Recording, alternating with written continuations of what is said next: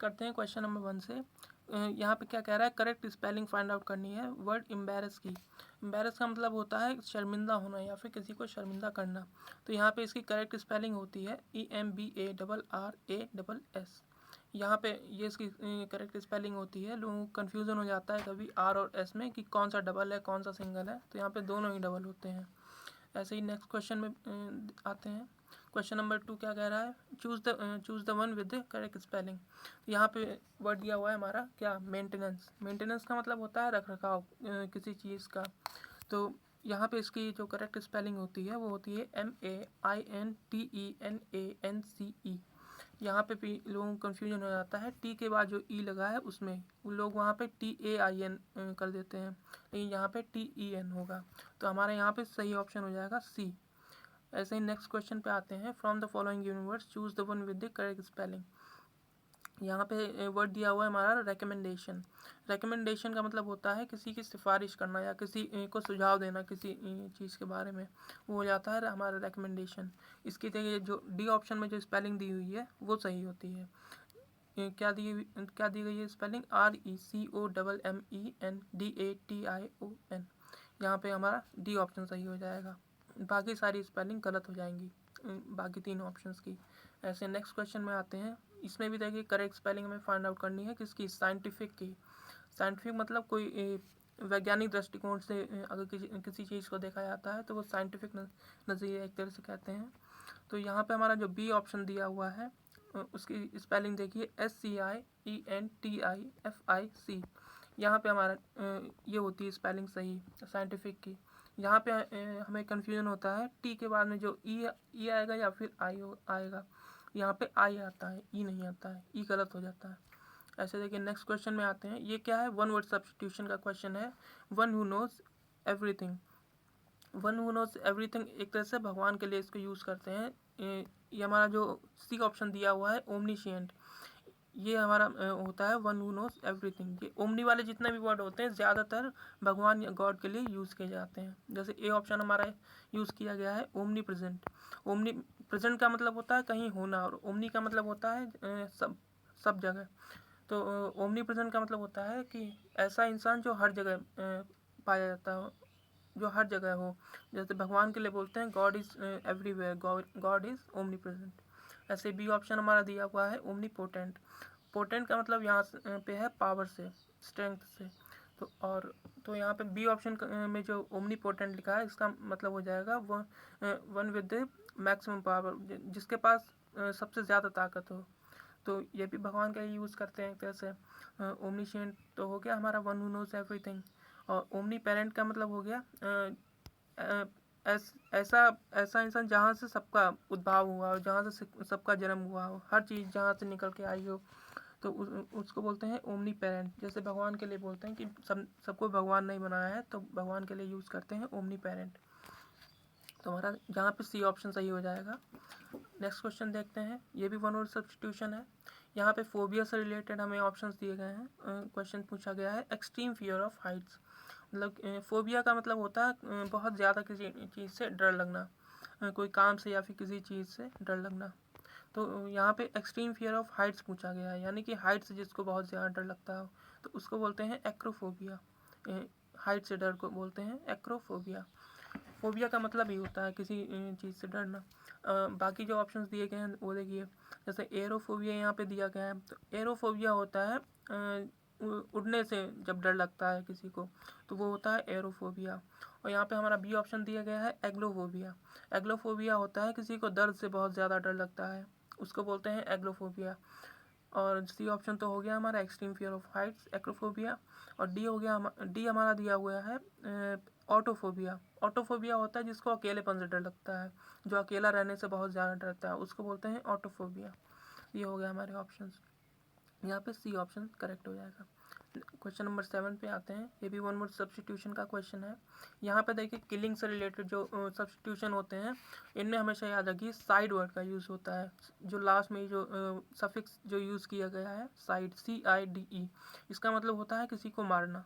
अब किसको मारा गया है इस हिसाब से ये अलग अलग प्रीफिक्स के साथ में यूज़ होकर अलग अलग वर्ड बन जाते हैं। जैसे killing of a monarch of a king, monarch भी राजा ही होता है और किंग भी राजा ही होता है, मतलब कि अगर राजा की हत्या होती है जिसको बोलते हैं राज हत्या हिंदी में, वो होता है रेजीसाइड।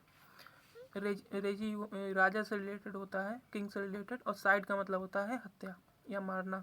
तो ये हो जाएगा हमारा ऑप्शन सही ए, रेजीसाइड। और बाकी जो देखिए जो 3 ऑप्शन दिए गए हैं, ऑप्शन नंबर बी ये दिया गया है इन्फेंटिसाइड।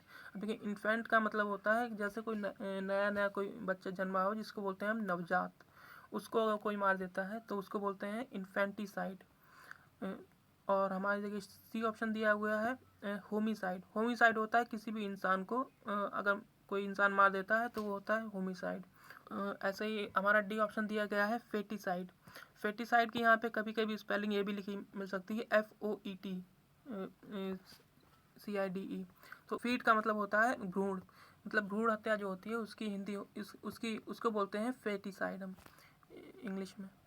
ऐसे तो याद रखिएगा हमेशा जब भी सफिक्स साइड हो तो इसका मतलब है कहीं इसका मर्डर से या फिर किसी की हत्या से इसका रिलेटेड है। तो हमारा यहाँ पे ए ऑप्शन सही हो जाएगा। यहाँ पे भी देखिए वन वर्ड सब्स्टिट्यूशन है, वन हु किल्स काउ, जो गाय को जो मारता है। देखिए यहाँ भी साइड वाले सारे वर्ड का यूज़ हुआ है, तो यहाँ भी सब मर्डर से रिलेटेड सारे वर्ड्स हैं।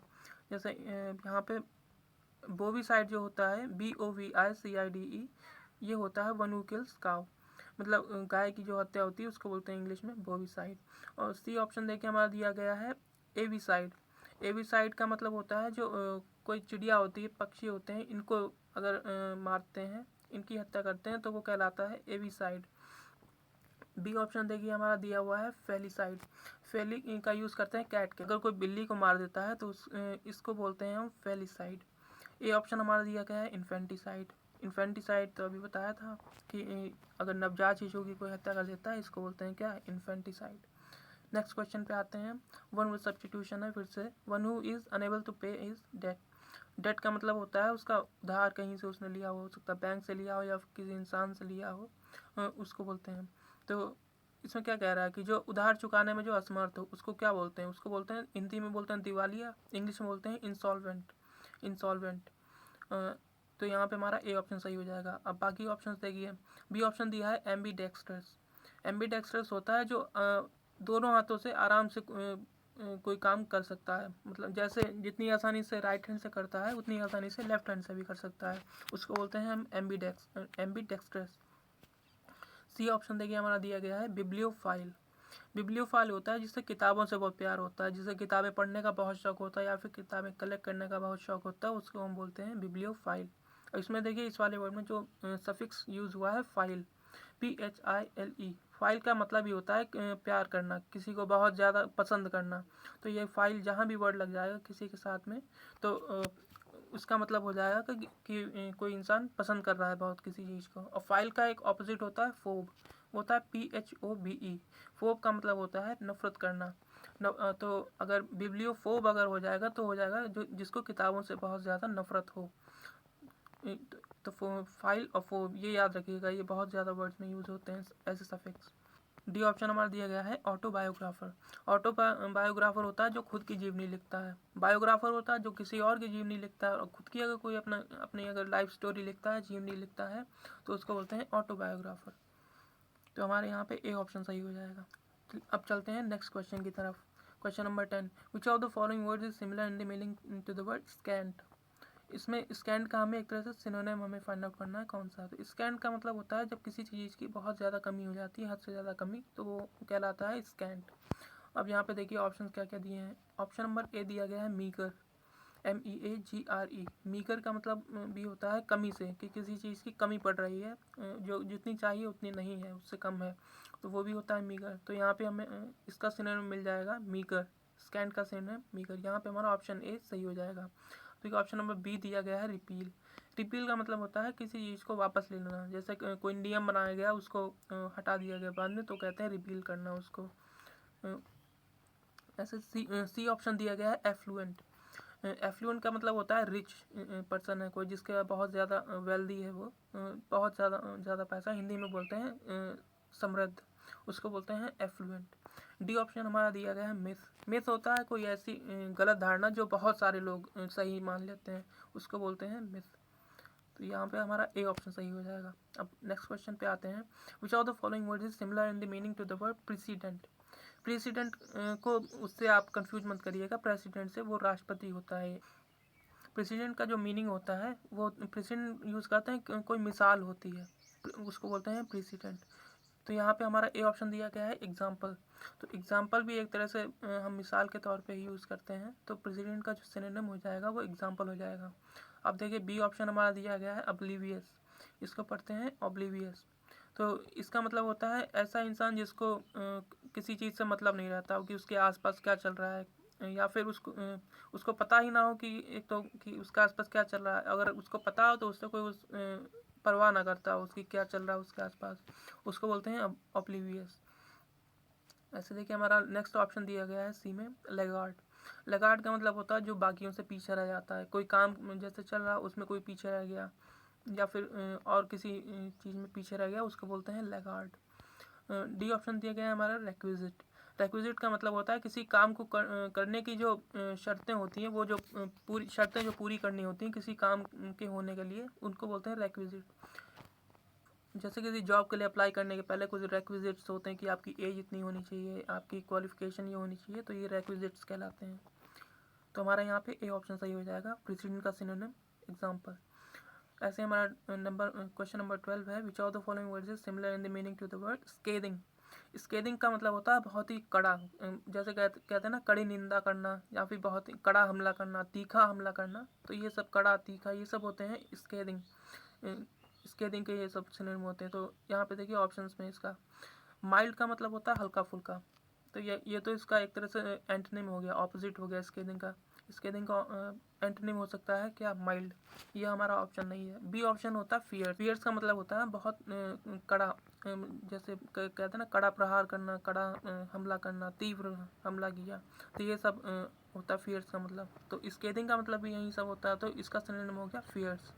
अब देखिए सी ऑप्शन हमारा दिया गया है इंसेप्शन। इंसेप्शन का मतलब होता है जहाँ से किसी का ओरिजिन हो, जो जहाँ से जन्म होता है, उसका उद्भाव होता हो, तो उसको बोलते हैं इंसेप्शन। डी ऑप्शन दिया गया है थ्वार्ट। थ्वार्ट का मतलब होता है किसी इंसान को कोई काम करने से रोकना, या फिर कुछ अचीव करने से रोकना। तो इसका एक तरह से बोल सकते हैं इसका सिनोनिम हो सकता है प्रिवेंट। थ्वार्ट का जो सिनोनिम हो सकता है वो हो सकता है प्रिवेंट। प्रिवेंट मतलब रोकना। देखिए अब क्वेश्चन नंबर 13 पे आते हैं।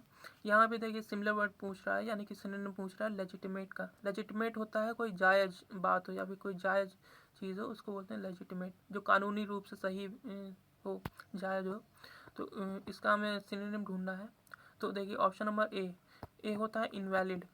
अब देखिए इनवैलिड तो ऐसा काम होता है जो सही नहीं हो। तो ये तो इसका एंटोनिम हो गया, ऑपोजिट हो गया। बी ऑप्शन हमारा दिया हुआ है लैक्स। लैक्स का मतलब होता है जैसे कोई अगर इंसान के लिए यूज़ करते हैं लैक्स, तो वो बहुत ही आलसी होगा, बहुत ही ढीला डाला होगा। और अगर कोई नियम वगैरह है, जैसे कोई बोलते हैं लैक्स रूल्स, तो उसको बोलते हैं बहुत ही मतलब ढीले ढाले नियम है। तो ढीले ढाले आलस से इसको रिलेट कर सकते हैं लैक्स को। ये भी इसका सिनोनिम नहीं कहलाएगा। सी ऑप्शन जैसे दिया गया इंसेप्शन। इंसेप्शन का तो अभी बताया था। इंसेप्शन मतलब होता है चीज़ों का ओरिजिन, या कहाँ से चीज़ों की शुरुआत होती है। डी ऑप्शन हमारा दिया गया है परमिसिबल। परमिसिबल का मतलब होता है ऐसा काम जो हमें करने की अनुमति होती है, जिसके करने की एक परमिशन होती है। तो ये हमारा सिनोनिम हो जाएगा किसका, लेजिटिमेट का। जैसे लेजिटिमेट का मतलब होता है ऐसा काम जो करना जायज़ हो, तो उसकी अनुमति भी होगी करने की, तो इसका हो जाएगा परमिसिबल सिनोनिम। डी ऑप्शन हमारा सही हो जाएगा। नेक्स्ट क्वेश्चन पे आते हैं। हमारा कहा गया सिनोनिम बताना है रूथलेस वर्ड का। रूथलेस का मतलब होता है बिल्कुल भी दया ना करना किसी पे, बिल्कुल भी मर्सी शो ना करना, दयालुता ना दिखाना। तो यहाँ पे हमारा इसका हो जाएगा ए ऑप्शन। देखिए मर्सीलेस। अब मर्सी का मतलब होता है दया भाव। यहाँ पे मर्सीलेस का मतलब बिल्कुल भी दया ना दिखाना, तो ये इसका एक सिनोनिम हो जाएगा। अब देखिए बी ऑप्शन पिटीलेस। पिटी का मतलब होता है PITY होता है पिटी। पिटी का मतलब होता है ये भी होता है दया दिखाना, किसी के प्रति करुणा का भाव रखना। तो इस पिटीलेस का मतलब करुणा का भाव बिल्कुल भी ना होना, तो ये भी इसका एक सिनोनिम हो जाएगा। तो यहाँ पे दो ऑप्शन सही हैं, A option and B option.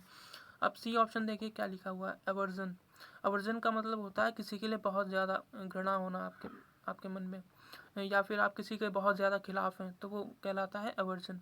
D option हमारा दिया गया है स्पर। स्पर का मतलब होता है ऐसी चीज़ जो जिससे एक कैटलिस्ट इसको मान सकते हैं, जिससे कोई किसी काम में तेज़ी आती है, उसको बोलते हैं हम स्पर। कैटलिस्ट जैसे होता है वैसे ही स्पर भी होता है।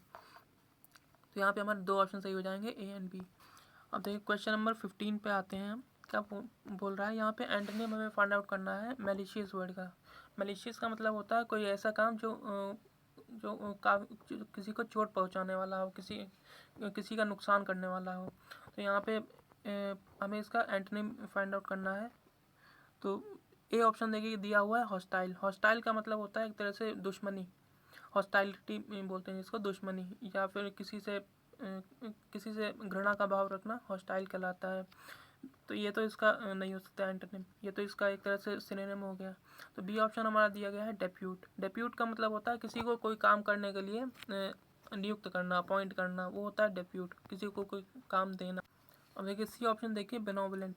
बेनोवलेंट का मतलब होता है कोई ऐसा काम जिससे आपको फ़ायदा होता हो, या फिर आपके लिए कोई काम अच्छा हो, उसको बोलते हैं बेनोवलेंट। तो ये आपका ऑपोजिट हो जाएगा मैलिशियस का। तो हमारा सी ऑप्शन यहाँ पे सही हो जाएगा। देखिए हमारा डी ऑप्शन दिया हुआ है अपफ्रंट। अपफ्रंट का मतलब होता है एडवांस में कोई काम कर देना, जैसे पैसा किसी ने एडवांस दे दिया उसको बोलते हैं अपफ्रंट पेमेंट, मतलब कि कोई काम समय से पहले कर देना एडवांस में। तो हमारे यहाँ पे सी ऑप्शन सही हो जाएगा। क्वेश्चन नंबर 16 पे आते हैं। Choose from the following words the antonym of the word fillip. Fillip का मतलब भी एक तरह से कैटलिस्ट का मतलब की तरह होता है, जैसे पीछे पढ़ा था हमने स्पर, वो भी कैटलिस्ट की तरह यूज होता है।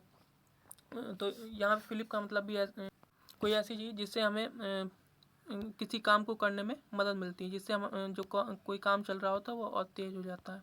तो इसका हमें एंटोनिम यूज़ फाइंड आउट करना है। तो ए ऑप्शन दिया गया है कर्ब। कर्ब का मतलब होता है प्रतिबंध, एक तरह से मान सकते हैं, मतलब ऐसी कोई चीज़ जिससे कि रोक लगा दी जाए किसी काम पे, या उसकी रफ्तार धीमी पड़ जाए। तो इसका एंटोनिम हो जाएगा फिलिप का कर्ब। ऐसा हमें बी ऑप्शन दिया गया है स्टिमुलस। अब जैसे कैटलिस्ट होता है वैसे स्टिमुलस भी होता है। स्टिमुलस का मतलब होता है किसी काम को जो तेज़ कर दे, किसी प्रोसेस को तेज़ कर दिया कैटलिस्ट की तरह। तो ये इसका फिलिप का जो ये सिनोनिम हो जाएगा स्टिमुलस। सी ऑप्शन है ड्यूप। ड्यूप का मतलब होता है धोखा मिलना, या फिर किसी को धोखा देना। इसका सिनोनिम हो जाता है डिसीव। डिसीव का मतलब ये होता है किसी के साथ छल करना, उसको ठगना। तो ड्यूप का मतलब यहाँ पे हो जाएगा ठगी, से रिलेटेड हो जाएगा। डी ऑप्शन दिया गया हमारा ग्राफ्ट। ग्राफ्ट का मतलब होता है रिश्वत लेना। जरूरी नहीं कि पैसों के टर्म्स में इसको यूज़ किया जाए, कोई ऐसा मतलब आपको कोई अगर काम करवाना हो, उसके बदले में कोई आपसे कह रहा हो कि मेरा यही काम कर दो तो मैं आपका काम कर दूंगा, तो ये भी ग्राफ्ट में आता है। इसको रिश्वतखोरी से रिलेट करते हैं। तो यहाँ पे हमारा ए ऑप्शन सही हो जाएगा। अब चलते हैं नेक्स्ट क्वेश्चन पे, क्वेश्चन नंबर 17। यहाँ पे कह रहा है antonym of the word flout. Flout का हमें ऑपोजिट फाइंड आउट करना है। तो फ्लाउट का मतलब होता है कि उल्लंघन करना। ये नियमों के साथ ज़्यादा यूज़ किया जाता है, जैसे कहते हैं नियमों का उल्लंघन करना, उनके खिलाफ जाना, तो वो होता है फ्लाउट, नियमों को तोड़ना। तो यहाँ पे हमारा इसका ऑप्शन देखिए डी, देखिए कंप्लाई लिखा हुआ है। कंप्लाई का मतलब होता है नियमों को पूरी तरह से फॉलो करना, उसके साथ नियमों के हिसाब से चलना, रूल्स के अकॉर्डिंग चलना। तो यहाँ पे हमारा इसका एंटोनिम हो जाएगा कंप्लाई। फ्लाउट का एंटोनिम कंप्लाई। देखिए ए ऑप्शन दिया गया है डिफाई। डिफाई का मतलब भी जो फ्लाउट होता है वही सेम मतलब होता है। डिफाई का मतलब होता है कि उल्लंघन करना किसी की बात का, या फिर नियमों का, या फिर कस्टम्स का उल्लंघन करना। ऐसे देखिए बी ऑप्शन दिया है टाउट। टाउट का मतलब होता है किसी के फ़ायदे बताना, किसी चीज़ के फ़ायदे बताना लोगों को, ये कहलाता है टाउट। रिफ्यूट का मतलब होता है कि किसी चीज़ को पूरी तरह से झूठा साबित कर देना। जैसे कोई आरोप लग रहा है उसको झूठा साबित कर दिया, या फिर कोई ऐसे आपके बारे में बात की जा रही हो, आपने उसको झूठा साबित कर दिया, वो कहलाता है रिफ्यूट। तो यहाँ पे हमारा डी ऑप्शन सही हो जाएगा कंप्लाई। क्वेश्चन नंबर 18 पे आते हैं। Choose from the following words the antonym of the word coercive. Coercive का मतलब होता है बहुत ही ज़्यादा मतलब फोर्सफुल, जिसको बोलते हैं, जैसे बोलते हैं कोएर्सिव एक्शन, तो उसको बोलते हैं बहुत ही मतलब कड़े कदम उठाना, एक तरह से इसको बोलते हैं। तो कोएर्सिव का मतलब हो गया कड़ा, बहुत ही कठोर। और ए ऑप्शन दिया गया हमारा माइल्ड। माइल्ड का मतलब अभी बताया था पहले, हल्का फुल्का, मतलब ज़्यादा सख्त ना हो। तो इसका एंटोनिम हो जाएगा माइल्ड। कोर्सिव का एंटोनिम माइल्ड हो जाएगा। अब बी ऑप्शन देखिए हमारा दिया गया है ओबीज। ओबीस का मतलब होता है कोई मोटा हो, उसको उसके लिए यूज़ करते हैं ओबीस। जैसे यूएसए में बहुत ज़्यादा ये बीमारी फैली हुई है, उसको बोलते हैं ओबेसिटी। तो इसको याद रखिएगा। और सी ऑप्शन हमारा दिया गया है ग्लूमी। ग्लूमी का मतलब होता है ऐसी सिचुएशन जिससे हमें तनाव में हम आ जाते हैं, डिप्रेशन में आ जाते हैं, उस वो होता है ग्लूमी। डी ऑप्शन हमारा दिया गया है परपेचुअल। परपेचुअल का मतलब होता है ऐसी चीज़ जो हमेशा चलती रहती है, कभी रुकती ही ना हो, उसका होना कभी रुकता ही नहीं है, तो वो परपेचुअल कहलाएगा, हमेशा चलती रहेगी। तो हमारा यहाँ पे ए ऑप्शन सही हो जाएगा। अब जैसे क्वेश्चन नंबर 19 पे आते हैं। यहाँ पे हमें एंटोनिम फाइंड करना है डिप्लोरेबल का। डिप्लोरेबल ऐसा कोई काम होता है जिसको हिंदी में कहते हैं निंदनीय है, जिसकी बहुत ही मतलब कड़ी निंदा जिसकी की जा सकती है, उसको बोलते हैं डिप्लोरेबल। डिप्लोरेबल का हमें यहाँ पे एंटोनिम फाइंड आउट करना है। तो इलिसिट का मतलब होता है ऐसा काम जो परंपराओं के या फिर नियमों के विरुद्ध कोई काम कोई कर रहा हो, तो उसको बोलेंगे इलिसिट। जो कानून के खिलाफ या परंपराओं के खिलाफ कोई हो, तो वो इलिसिट कहलाएगा। बी ऑप्शन होता है दिया गया है ब्रीफली। ब्रीफली का मतलब होता है कोई चीज़ बहुत ही छोटे टाइम के लिए कोई हो रही हो, उसको बोलते हैं ब्रीफली। या फिर कोई बहुत बड़ी चीज़ हो, उसको कम शब्दों में ब्रीफ जिसका कहते हैं ब्रीफिंग, तो उसको कम शब्दों में किसी को एक्सप्लेन करना हो जाता है। और सी ऑप्शन यहाँ पे दिया गया कमेंडेबल। कमेंडेबल का मतलब होता है प्रशंसनीय, तो यह हमारा डिप्लोरेबल का एंटोनिम हो जाएगा। डिप्लोरेबल मतलब होता है निंदनीय, कमेंडेबल का मतलब होता है प्रशंसनीय। अब डी ऑप्शन हमारा दिया गया है ओटियोस। ओटियोस का मतलब होता है ऐसा काम जिसका कोई फ़ायदा नहीं हो करने का, मतलब उसको किया और किसी का उसका रिजल्ट नहीं निकला, तो उसको हम बोलते हैं क्या, ओटियोस। यहाँ पे हमारा सी ऑप्शन सही हो जाएगा। देखिए क्वेश्चन नंबर 20 पे आते हैं। What will be the meaning of idiom beating around the Bush. Beating around the Bush का मतलब होता है कि जानबूझ के मतलब ऐसे मुद्दों को भटकाना, मतलब काम की बात पे ना आना, जिससे जिससे कि लोग जो इम्पोर्टेंट जो काम है उसके बारे में बात नहीं की जा सके, मुद्दों को भटका देना, ये होता है बीटिंग अराउंड द बुश, जानबूझ के ऐसा करना। अब देखिए क्वेश्चन नंबर 21 हमारा क्या कह रहा है। यहाँ पे ईडियम दिया हुआ है, इसकी मीनिंग बतानी। Leave no stone unturned. तो इसका मतलब होता है कि जितने भी मतलब तरीके हैं किसी काम को करने के, वो पूरे ट्राई कर लेना, सब कुछ ट्राई करके देख लेना किसी काम को पूरा करने के लिए। तो इसको कहते हैं। डी ऑप्शन हमारा दिया गया है to try each and every way in order to accomplish something. मतलब जितने भी तरीके होते हैं उसको पूरा ट्राई करके देख लेना किसी काम को पूरा करने के लिए। अब क्वेश्चन नंबर 22 हमारा देखिए क्या कह रहा है। यहाँ भी ईडियम दिया हुआ है टू बटन समवंस लिप्स। यहाँ पे इसका मतलब होता है किसी को बात करने से रोकना। जैसे क्लास में कहते हैं everybody should button there lips, तो इसको बोलते हैं कि हम सब लोग बात करना बंद करो। तो ये ऑप्शन हमारा दिया गया स्टॉप टॉकिंग, ये हो जाएगी इसकी मीनिंग। अब हमारा क्वेश्चन नंबर 23 पे आते हैं। What will be the meaning of idiom crying over spilled milk. Crying over spilled milk का मतलब होता है कि पास्ट में आपने कुछ ऐसा गलत काम कर दिया जिसके बारे में पश्चाताप आप अभी कर रहे हो, लेकिन अब वो चेंज नहीं किया जा सकता, उसको बोलते हैं क्राइंग ओवर स्पिल्ड मिल्क। मतलब पहले जो आपके साथ गलत हो चुका हो या फिर आपने गलत किया हो जिसका आपको पश्चाताप हो रहा हो, लेकिन वो अब चीज़ें चेंज नहीं की जा सकती। जैसे बी ऑप्शन दिया है regretting something from past that can not be changed, तो हमें यहाँ हमारा बी ऑप्शन सही हो जाएगा। अब क्वेश्चन नंबर 24 क्या कह रहा है। What will be the meaning of idiom face the music. Face the music होता है जैसे आपने कोई गलत काम कर दिया, उसके बाद में जो उसके कॉन्सिक्वेंस होंगे उसको फेस करना, जो उसका रिजल्ट आने वाला है या आपको उसकी सज़ा मिलेगी या फिर क्या होगा, तो वो होता है फेस द म्यूजिक। जैसे सी ऑप्शन दिया गया है confront with the bad consequences of your actions. Confront का मतलब होता है सामना करना, फेस करना, और कॉन्सिक्वेंस का मतलब होता है कोई काम आपने किया उसका क्या रिजल्ट आ रहा है, तो यहाँ पे हमारा सी ऑप्शन हो जाएगा। अब लास्ट क्वेश्चन पे आते हैं। Question number 25। From the following given word choose the one with the correct spelling. यहाँ भी देखिए करेक्ट स्पेलिंग हमें फाइंड आउट करनी है हायरार्की की। ये होता है कि जैसे कोई ऑर्गेनाइजेशन होता है, यहाँ वहाँ पे अलग अलग पोस्ट होती हैं, कोई चेयरमैन होता है, सीईओ होता है, सीएफओ, ये सब पोस्ट होती हैं, तो ऊपर से नीचे इनका लेवल रहता है, तो यही कहलाती है पूरी हमारी हायरार्की, ऑर्गेनाइजेशन हायरार्की ये कहलाती है।